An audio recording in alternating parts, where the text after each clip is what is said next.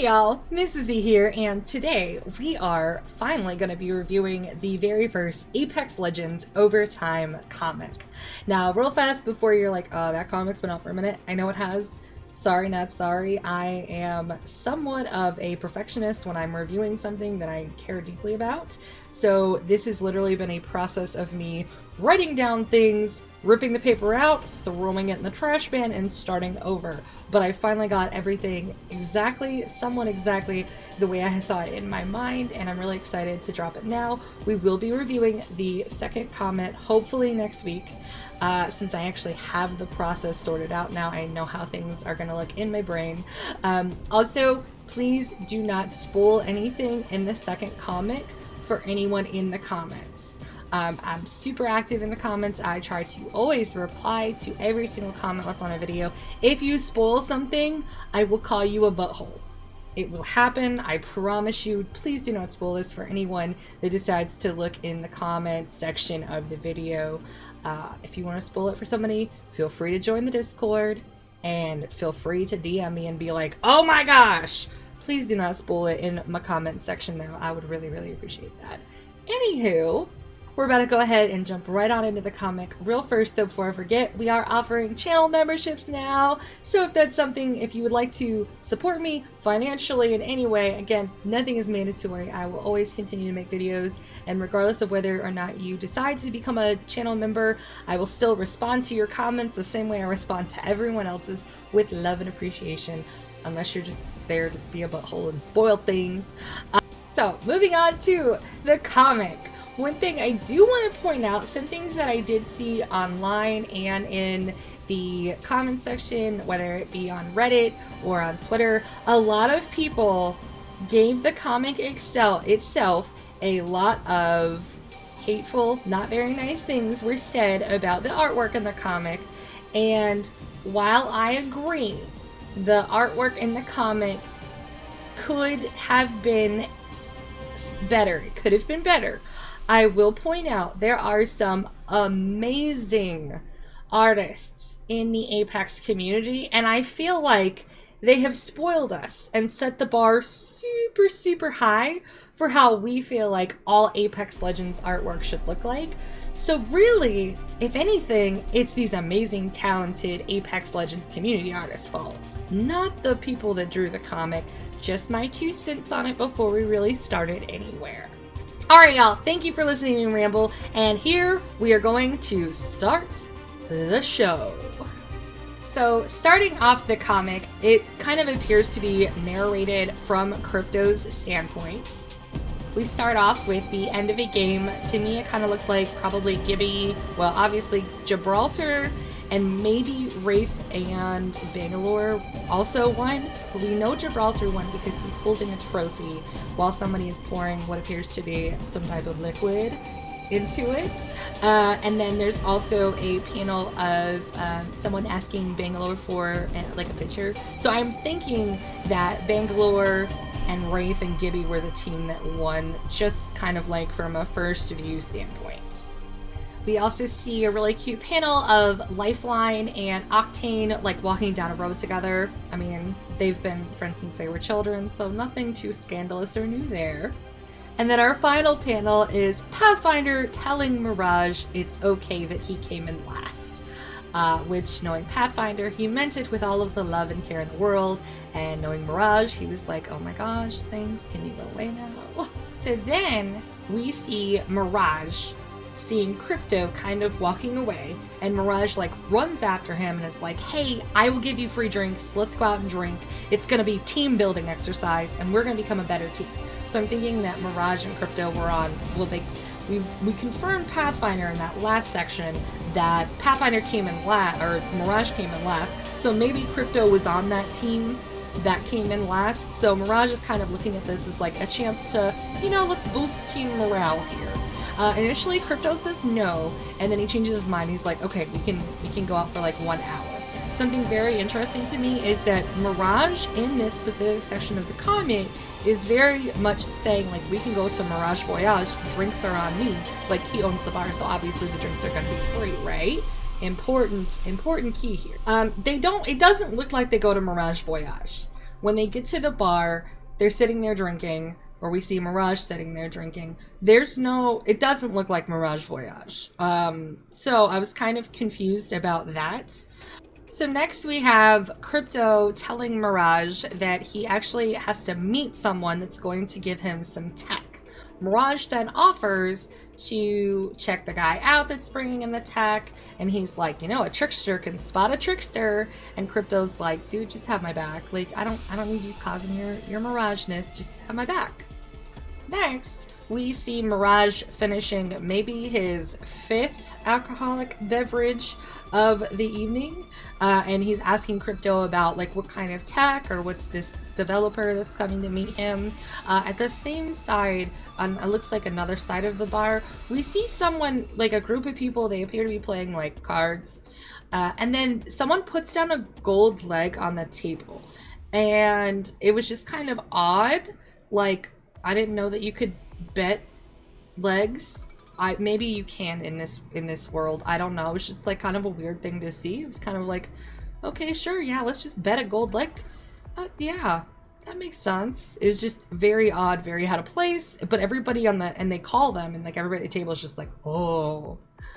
So then all of a sudden, this fight breaks out at the table. I don't know if they were offended that they got called, or if they were offended because it was a gold leg.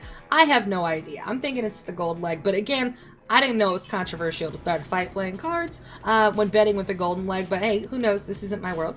Anywho, we see a man walk up to Crypto, and he's carrying this briefcase. He greets Crypto, and Crypto's like, yo, is that my information that I need? And the man's like, no, I can just send that to you. I need you to protect me right now, though. And Crypto's like, he's like, dude, like, I'm not a bodyguard. I'm, the other guy's like, no, you're a gladiator. And he's like, actually, we're called legends. Now, quick break from Briefcase Dude that's what we're going to call him the rest of this. So brief break from Briefcase Dude and Crypto talking, but we see Mirage congratulating the bouncer for getting the people kicked out, I guess, that started the riot in the bar over the gold leg, possibly. Is, again, kind of odd. We also see Bloodhound holding the gold leg, as well as they are standing in front of a closed door that appears to have black liquid, like, seeping out from underneath it. Not sure what that means yet. Again, probably spoilers for the next comic. Going back to Crypto and the briefcase, the Briefcase Dude is basically still telling Crypto, like, hey, you need to protect me. I've seen your drone actions in the arena. I know how you are. Then the Briefcase Dude drops a big one. He works in a design lab for someone called Willis, Boss Willis, which is the Syndicate. Mirage is like, uh-oh. All of a sudden, we see Revenant doing his creepy spider crawl thing, holding a sword, and he basically just aims straight for Briefcase Dude, except instead of like taking out Briefcase Dude, he actually just kind of slides the sword in there into the briefcase lid or handle, and then just kind of takes the briefcase away. All of a sudden, Revenant has a drink thrown in his fat face by Mirage. By the way, somebody needs to talk to Mirage about alcohol abuse. That's not okay.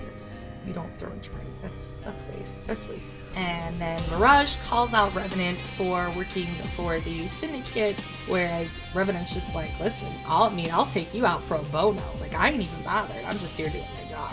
And while he's telling Mirage this, Crypto basically flips the table over him, and Revenant and the briefcase go flying. Mirage catches the case while Crypto is helping Briefcase Dude up, and then Mirage yells, "Yo, Crypto, monkey in the middle," to which Crypto is confused over. Apparently he didn't play that as a young child, and Mirage then throws the case to Crypto, who catches it, and then does his little Mirage thing and throws Revenant off the trail of the case.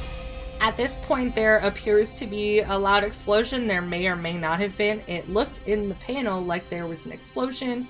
Who knows? Crypto and the Briefcase Dude attempt to escape. However, Revenant kind of does his little thing, and he jumps and lands in front of them. calling them skin bags, as is tradition with Revenant. And to this, Crypto yells at Mirage, "You need to take cover," and he grabs his little drone out from behind him, throws it out, and then of course, cue giant EMP blast. Mirage, of course, being Mirage, missed Crypto somehow yelling at him loudly to watch out. So now Mirage is, of course, in the fetal position, holding himself, moaning in pain.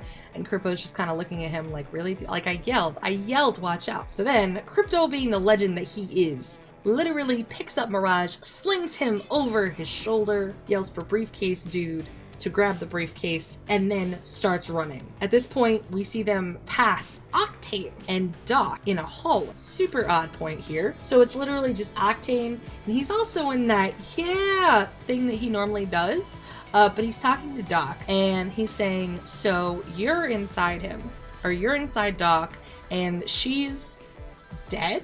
I'm not sure what this is pertaining to. Again, do not spoil it in the comments. But it was just kind of like a weird little scene that you notice passing through. But back to Mirage, Crypto, and Briefcase Dude. They are running down the road. The EMPs weren't off, and the Briefcase Dude is demanding the briefcase back.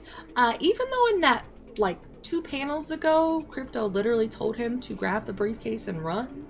But for somehow out of all of this, Crypto has carried not only Mirage over his shoulder, but also the briefcase. And at this point, he has put Mirage down, who is now sitting on the briefcase. Crypto then makes the comment that the briefcase is fried now anyway, so it doesn't really matter, to which Briefcase Dude says, no, it's actually a protected briefcase against EMPs.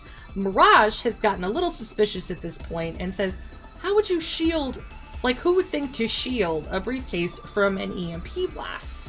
That's so weird.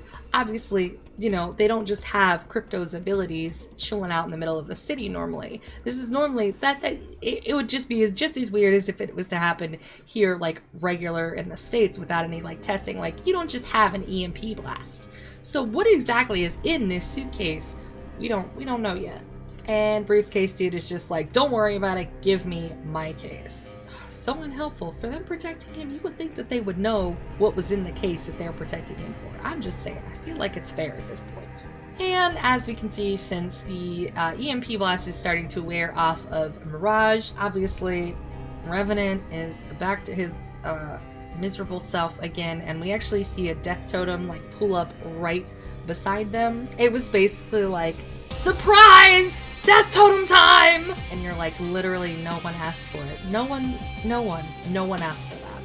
Side note, at this point, y'all, this is when the comic goes from a little strange to a little bit more, what? What happened here? We see a group of prowlers, running like a stampede. That scene in The Lion King, that's basically what it looks like. And by prowlers, I mean, the things that are attacking you in Bloodhound Cave, on World's Edge, not the weapons, but yeah, so it's a ton of these prowlers running off in clouds of smoke or something. And then this is where the really, really weird part, it was just very, very odd. You see a dark figure, we don't know who it is. You basically just kind of slightly see an outline of someone standing next to Watson, who was watching the entire situation unfold with Revenant and Crypto and Mirage there. And the weird thing is, this dark figure is saying that this is all on her hands tonight, which is very odd because we really don't see anything of Watson except for maybe a little image of her at the very beginning of the comic. So again, this little part was completely out in left field. Not sure what it's pertaining to, no idea why it's there, but we know Watson is somehow involved with all of this with the Syndicate. Again, still sitting here scratching my head. What is Watson doing? Why is she here? Of course, then at this point, we go back to a new panel and we see Crypto picking up not only just Briefcase Dude, but also the briefcase. And he basically shoves him up a wall with Mirage helping, so they're climbing this building on the side, get to the top of the building to avoid the prowlers. Revenant is, of course, just basically leaps and bounds over the predators because he is a giant crawling killing machine that just can leap over whatever without blinking twice. Not that robots need to blink. Anywho, we see them get to the top of the building where Crypto yells at Briefcase Dude just to get the heck out of here, save yourself, bro, go hide somewhere. At this point, he's asking Mirage if we can see Satan anywhere, and by Satan, we know he is 100% referring to Revenant. Mirage then replies, yeah, I see him right behind you.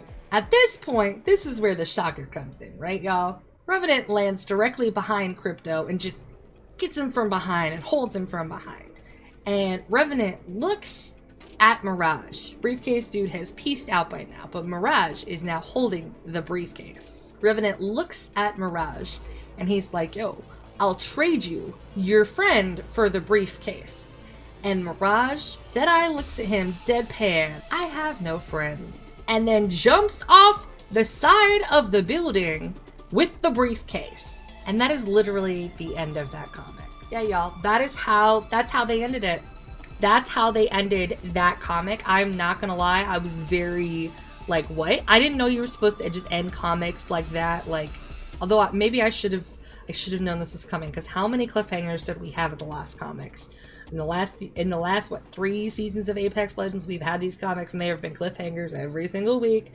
So really, I guess the surprise is on me. But yeah, y'all, what are your thoughts? How do you feel about these comics so far? How do you feel about the format? Thank you again so much for checking it out. Let me know your thoughts down below, because I really enjoyed making this. I really enjoyed putting this together. It was a lot of fun. I will be, again, putting out another video for the second Overdrive comic, probably sometime in the next week or so. I just have to actually write the script for it and get a couple more visuals down. But yeah, so go team. Don't forget, hit that like and subscribe button, turn those notifications way on, and I will see y'all next time. Go team! Bye!